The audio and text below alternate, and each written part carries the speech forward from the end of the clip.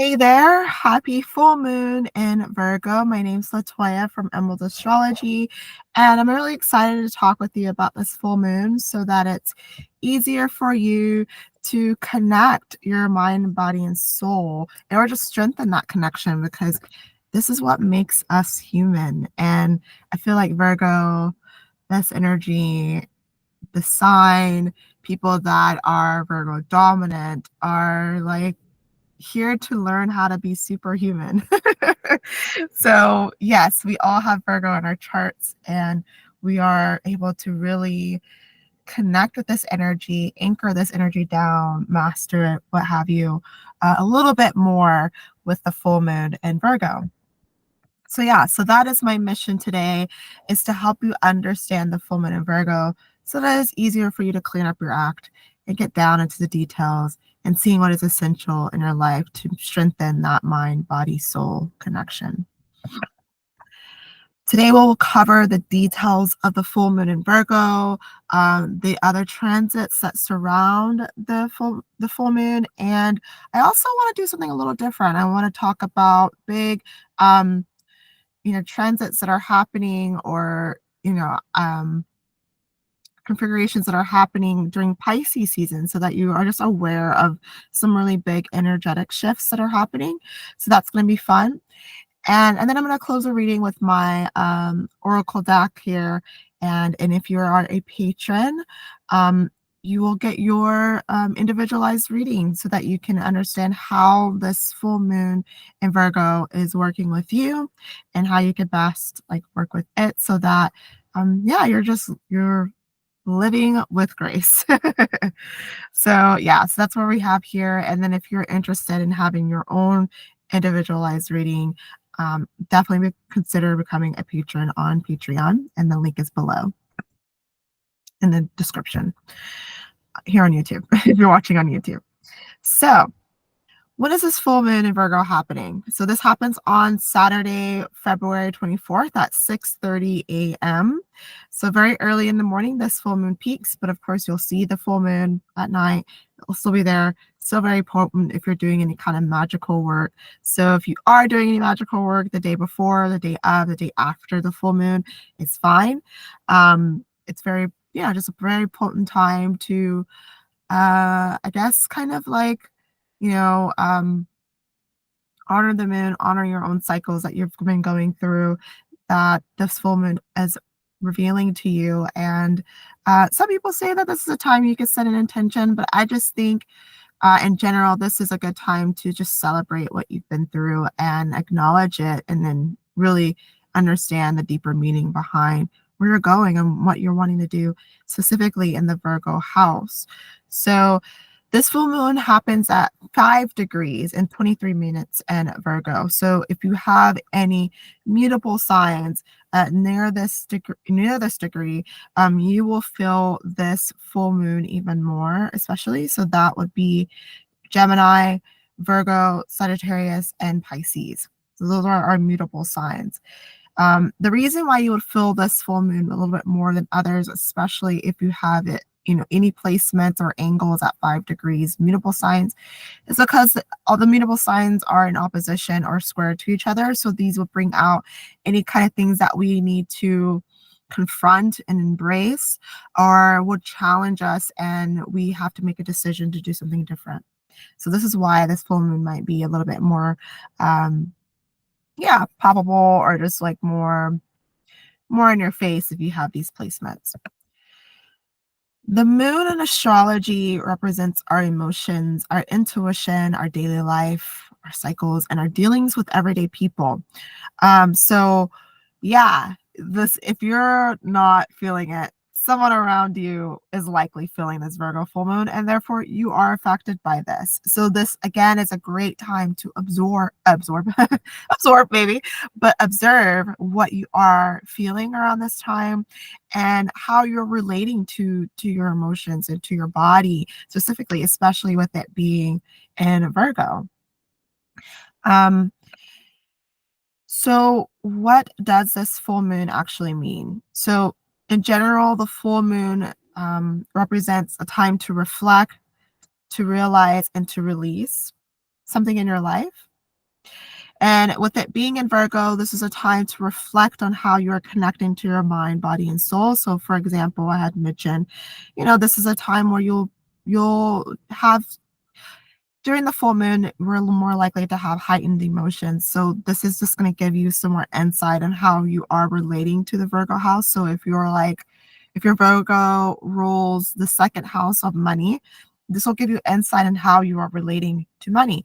Maybe something happens and now you have to spend money, or maybe something happens and you're able to save more money. You know, how you are relating to that experience will show you where you are on your evolutionary path. And then if you're having any kind of trigger moments, then this will show where you need support, where you need to do a little bit more so that you feel secure, so that you feel safe and you feel connected to yourself and what you're needing, and what your soul is calling you to do. So yeah, it's a great time because of the heightened emotions, the heightened awareness, the heightened just experience and sensitivity overall. This is a great time to see where you are on your journey of that mind, body, soul connection.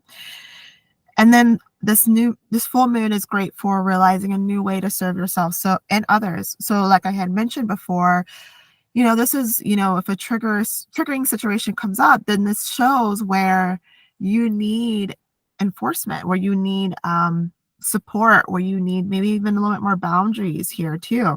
Virgo is an earth sign and very concerned about materials and how to build things and structure things in a way where information, what we're trying to do, can flow with ease, flow with grace, flow beautifully and efficiently. And whenever we are not holding our boundaries, when we're not taking care of ourselves, when we're not we're over giving, over serving, then that leads us being susceptible to illnesses. So you'll be susceptible to irritability, um, tendencies to not want to take care of others. And Virgo is it is a sign that talks about taking care and wanting to serve and do it in the best way possible, in an effective way possible. And really, it is not concerned about just delivering information, but these are the kind of people that say, you get sick and they are on it, on doing your chores, making you food, maybe even making your appointments, making sure like the physical stuff is taken care of. As for maybe like a cancer person, water person will be more just sitting by your bedside and listening to you, cry and all these things. But the Virgo is more concerned about, well, what do we need to be done? Like, does the house needs to be cleaned? Does this, do you need to make your appointments? Did the dog get walked? All these like physical concerns. Like Virgo energy is all about this. So realizing a new way that you could serve yourself, serve others in a way that doesn't violate your boundaries, violate your energy, violates your soul's calling, and honors the others as well. And then this is a good mood to release a tendency to be a perfectionist. There's no such thing as perfection. This is only improvement. And we're constantly learning, we're constantly growing, and life is constantly changing. So whatever you think is perfect, it has changed already. Because there's a new element that's in, variability and in your environment that has shifted, that has changed, has been added, have been removed. Life is forever changing, and really it's just being present and asking, what is it that I need? What does this situation need? What does this person need? And how can I best do it with the resources that I have right now? And again, there's no such thing as perfectionism. That's all in the head. It's really in the present moment and just asking, what can I do now with the resources that I have? And so if you want to see the big picture with this full moon in Virgo, like with the cycle itself, go back at September 14th, 2023, and see what intention you had set consciously or unconsciously during the new moon in Virgo. So this is, yeah, the full moon is a perfect time to pause and reflect because you had set an intention around that time, consciously or unconsciously. And you can go back to your calendars, your journals, wherever you put data, like information down on what you're doing and what you're wanting to achieve or how you're feeling. This is a good time to go back to that date and see, or around that date and see like what new thing was I working on or wanting to work on or wrestling with. And when the full moon comes around, there is a completion on this thing. This the cycle has come to its end and is ready to level up. Um, And so this, whenever this happens, this completion, this leveling up, getting ready to do that, it brings out new meaning in this area of life. So we want to pause, during this full moon and reflect on what is it that we had intention we had set during this September 14th and get the lesson from that, get the insight from there. So during the full moon in Virgo, we can meditate on Virgo things. And so this is adaptability, having a cool mind, focusing on the details, just making sure things are in its place. All the T's are crossed, I's are dotted, um, doing the detail work. And I think, again, with it being connected to the mind, body, soul deal with Virgo, again, just revisiting like how, what are you feeling about your life right now? Do you feel like you're on track? Do you feel like you got off track? If so, why? Why did this happen? How did this happen? And um, maybe even when did this happen? And then what can we do to get back on track so that we feel aligned with ourselves and what we feel um, is possible for us in the highest of sense. And just so that Virgo is a mutable sign. So this is a very back and forth type of energy. So, you might have found that the thing that you had set an intention on, you had veered off from, but you're returning back to. And it's just kind of, I see it as like a dipping the cloth kind of thing. And so it's okay that if you have this kind of relationship to this, whatever it is that you're relating to during this Virgo moon, that if you're going back and forth with it, it's fine. It's dipping the cloth. It's getting that vibrant color out even more. Like if you're, have a plain cloth and there's no color to it and you want to dye it pink, you dip the cloth, it's a light pink, you let it sit in the sun, you get, dry it out, dip it again, and it's a darker pink. So it's kind of Virgo, mutable energy, Gemini, Virgo, Sagittarius, and Pisces. This is this kind of like nature. And so we're relating to this energy like that during the full moon, and that's okay. You can also think about how you relate to the end of spring, end of summer, end of winter, because that again is the time where we're having those mutable energies that we're dealing with on a physical kind of level. So if you think about that, that might be how you relate to Virgo energy. So specifically end of summer, and here in the northern hemisphere. I think just in general, but like I'm thinking northern hemisphere because I'm here. So yeah, and so Virgo is a earth sign. So I mentioned this before. So this is dealings with the tangible world. So we're not intellectualizing things and just kind of like playing with theories and all that stuff. It's what am I doing with this specific area of my life, and how am I using the physical resources I have to actually achieve what it is that I'm trying to achieve with Virgo. So again, I think if your Virgo house is the second house, not being money, we're reflecting on how are we managing our money? Is this in alignment to my soul's calling? And my investing in the things that I want that's going to help me ensure that I am living up to my standard, again, not perfection, but up to what I feel that I can do. And there is a goal, but I am taking the steps every day to get there. Am I using my money in the right way so that I can get there? So this is a good time to reflect on that with your Virgo house. And Virgo is a feminine sign, so it's very introspective and seeking less stimulation from other people, other things, and or outside values. You're digging deeper in your own values. So again, giving yourself that pause, that moment to think and go within is really important.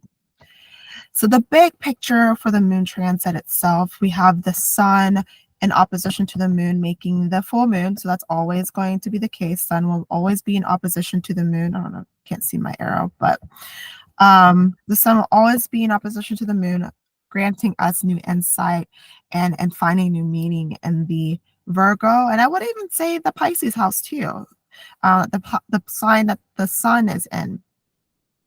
We're getting new insights here. The sun is reflecting off the moon. The sun's light is reflecting off the moon and is giving us the inner, awareness, inner understanding of who we are and what we're wanting and what we're wanting to hold. What is important to us and what we want to hold. Oh, here's my arrow. It's funny. And yeah, so that's something to be aware of here. And then we have the moon in opposition to Mercury as well. So let's see if I can find my arrow again. Is it there? Okay. So the moon is in opposition to Mercury. And that Mercury is the planet of communication, transportation, how information connects and moves about. So with this being in opposition to each other, our intellect might be at odds with how we're feeling. How we're rationalizing things might be in opposition to how we're feeling. We might have tensions between, feeling and what we think we can do, what we think should be done.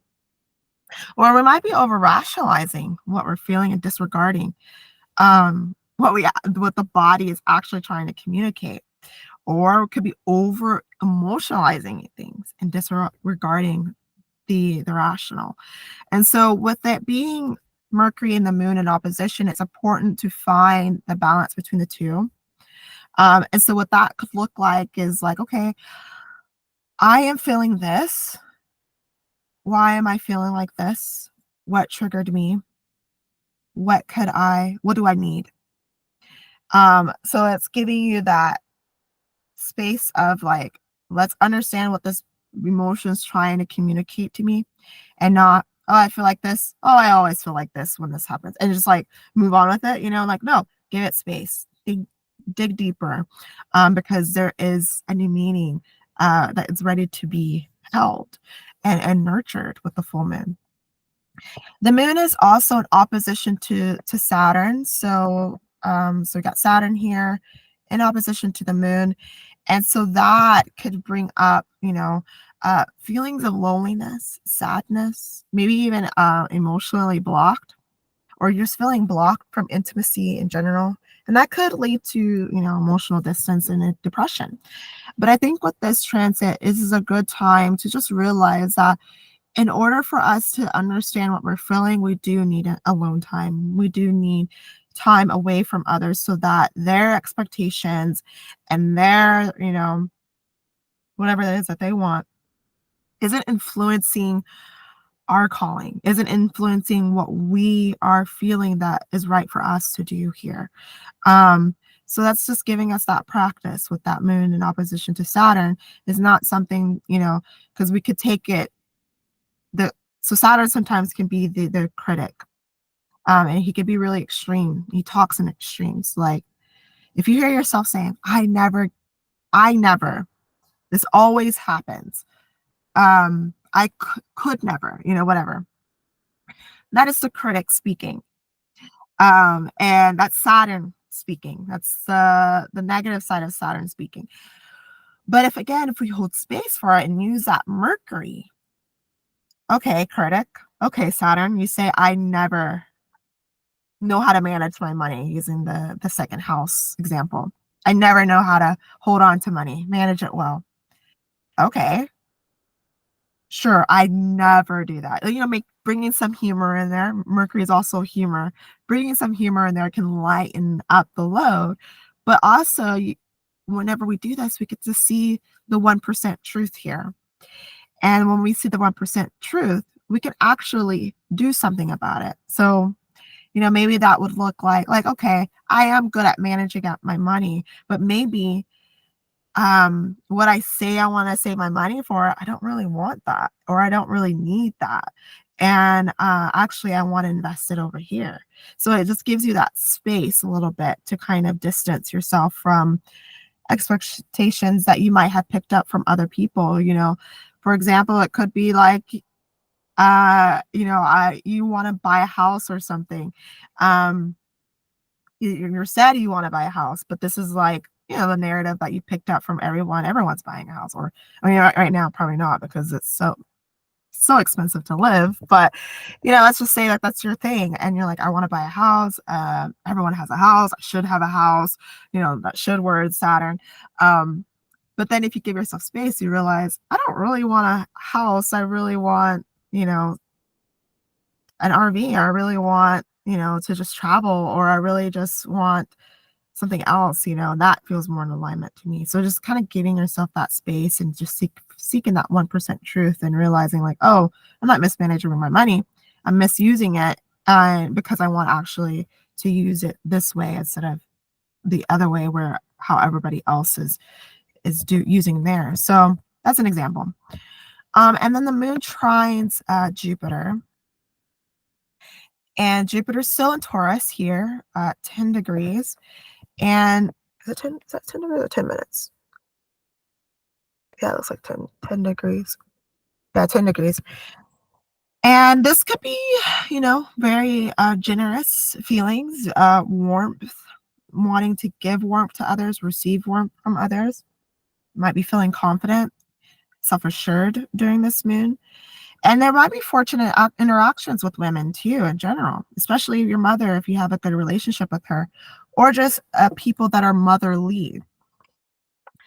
So maybe, after this Saturn moon experience, you get the message of what you want to do. And soon after, because the moon will move along on, through Virgo, it's going to hit Jupiter at 10 degrees for us. You'll feel this expansion. You'll feel more generous. You'll feel like I can go and connect and give and receive. And that's beautiful. I'm excited for that because the opposition from Saturn, as the moon moves along, and then hits Saturn, it kind of feels a lull, like, oh, but it really, it's like, let's find the truth here and then let's expand. So it's really great. So other transits that is going on with this. So Mercury recently moved into Pisces, and so that will be February 23rd. And so this could be, during this time, this when Mercury's through Pisces, this transit is a great time to ponder on what we've experienced up to this point, being that Pisces is the last sign of the zodiac, and how what we experience is influencing our future, or our ideas of the future. And so digging into that, getting information on that, it's going to be a really good time. Get curious about, what is it you believe and why you believe it and what you experience and what would you have wanted to experience. Just really digging deep into that. Mercury really could help us think bigger, dream up new realities based off of what has happened in the past, and expanding our abilities to connect with people in a more meaningful ways. Because if we're doing this insight and inner work, it's going to be easier to connect with people in the same way. So if we do that work, we're going to have those deeper conversations, connections with other people. And that's what Pisces is all about. Pisces helps us see that we are all connected, and it's, from these like simple moments, simple moments that can be really big and eye-opening and revealing and beautiful. But and also Venus is in Aquarius and square Jupiter on February 22nd. So I think this will be really good for creatives. This is a very fun-loving, creative transit here, our configuration. could overindulge in the good life, but overall, this is a very beautiful, expansive, sensual, fun-seeking kind of energy, and really could be lots of creative outbursts in February 22nd. So if you've been like ready for those insights, or just kind of like how could your be creative with your own philosophies, let's say, this will be the time to do it. Any tensions you might have within can burst creativity, so this is a good time to even be around people. And then another thing that I want to say, so these are the bigger transits that are coming up during Pisces season, on the same day, right? I think that's the same day. We have, so when Venus is squared Jupiter, Venus conjuncts Mars on February 22nd. And so this is a big love bomb. Actually, that's actually a really good term. This is a love bomb. Mars is very volatile, very big energy. Well, I wouldn't say big energy, because that's more like Jupiter, but it's more of like just like fast and quick and like poppy energy. Kind of think of like a firecracker.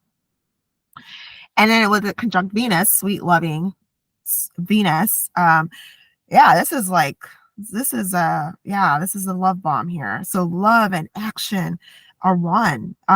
Passions, going after what we want.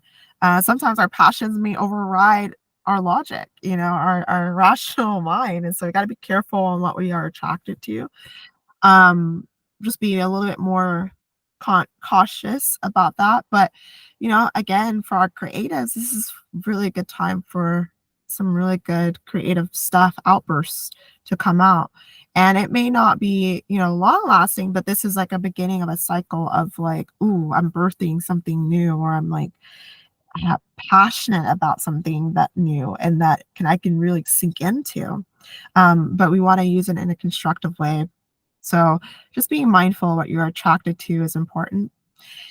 And then on February 28th, we have the Mercury conjuncts. That's when Mercury is conjunct the sun, and it's in the heart of the sun, and at 9 degrees Pisces, and it's conjunct Saturn here too. So this is interesting. So what Mercury conjuncts, this is a new beginning on what we're thinking about this area of our life that is Pisces.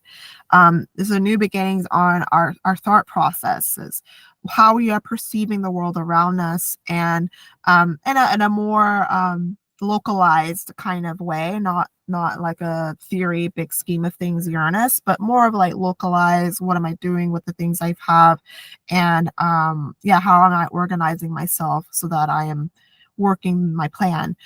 We might have new plans that are coming up, like just kind of like new ideas coming together, and that might shift our plans here. But we're overall, when the Mercury is conjunct the sun, or in the heart of the sun, it's being purified. And so Mercury is not seen physically, is not seen. So whatever it is that we are experiencing, it's not going to be seen by others. This is a very internal thing. And so I would suggest writing ideas, writing those ideas that come to you, just writing them down so they're a little bit more visible.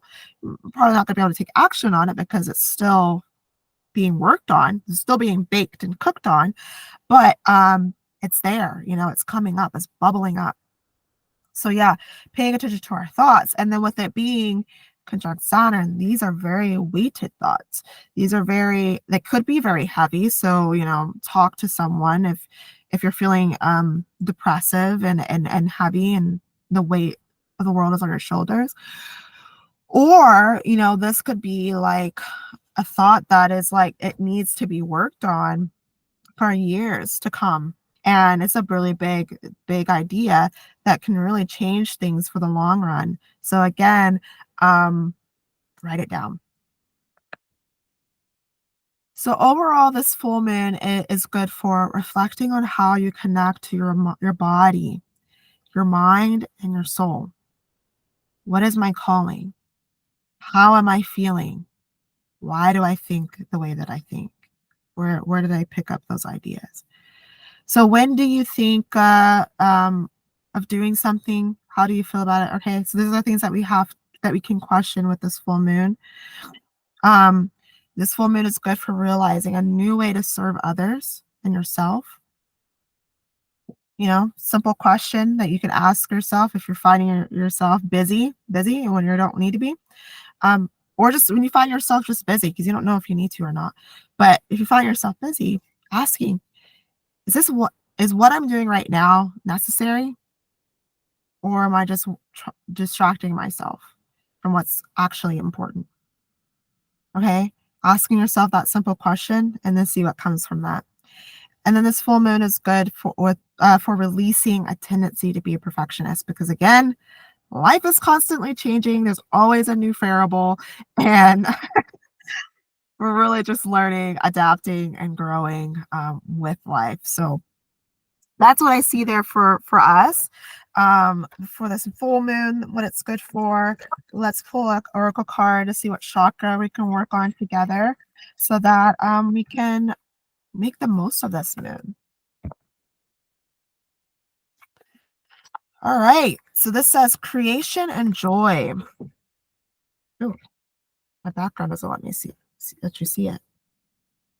That's funny. Let's see if I put it on my face. Okay, you just got to believe me. My background won't let me show it. So creation and joy. So creation is aligned with the crown chakra. So this is the connection to divinity. This is connection to what we think is possible. And just like seeing how we are connected to everything. So what I'm seeing, she's holding on to what it looks like a crystal. And the crystal is releasing smoke, it looks like, or a spirit or what have you. And what I see here is acknowledging that everything we are engaging with has a soul. Everything we are engaging with has a spirit. And how are we holding space for it? Do we want to hold space for it? Is it helping us create what it is that we feel called to create, that we see in our mind's eye, and that we want to hold in our hands? Everything is alive around us and contributing to us and our energy, and we're contributing to it, giving it life. So that's what I'm seeing there. And then joy. So this is associated to the solar plexus, and that has to do with our sense of self and our confidence and our gut health even. So with it being Virgo, I see just paying attention to the foods we're feeding our guts, because this is our second brain. And if we're feeding ourselves junk, we're going to get junk. That's the result. We're going to get junky ideas. You're going to be clouded thinking, foggy thinking, distracted easily. We're just not going to be very clear, and we're not going to be happy. We're going to be really depressed. So eating more vegetables, maybe we can have just add one new vegetable to your diet if you're really, struggle with eating healthy. Just what's one thing you could add that is to your diet that is healthy? 1% changes. And then see your joy and sense of self even, because again, it's associated to the solar plexus, develop and grow and expand. So that's what I have for you for the full moon in Virgo, and I hope that this talk was helpful. If you are interested in individualized readings, again, consider becoming a patron with the link below. That is where, you're going to get your mentorship. I'm going to be talking to you twice a month and offering insight on what is going on in your life that the moon is, highlighting, focusing in on. And we're not meeting one-to-one, so you don't have to think about, oh shoot, now I gotta make time to meet with Latoya. No, it's going to be pre-recorded. It's going to be sent to you, and you watch it whenever you have time. And whenever you have time, that is the time for you to receive the message. So it's no pressure on meeting on one-to-one basis. It's a pre-recorded call reading. And then you also get, vibe of the week. So you'll get insight on what the week looks like ahead. So if you want to plan around it, this is a time that I'm going to be engaging with people. This is a time where I'm going to be more to myself. The vibe of the week is really helpful. And that's like a report of the week, like what's going on with the energies. And you'll also get journal prompts with the full and new moon, and the Thrival kit, where you can actually pay attention to the cycles and your relation to the cycle, and that's even more ability to plan and work with nature instead of against it. So I hope if you're wanting to receive those things, I would love for you to be a patron, and I hope you have a great full moon in Virgo. And that is all for me. So I will see you next time. Bye.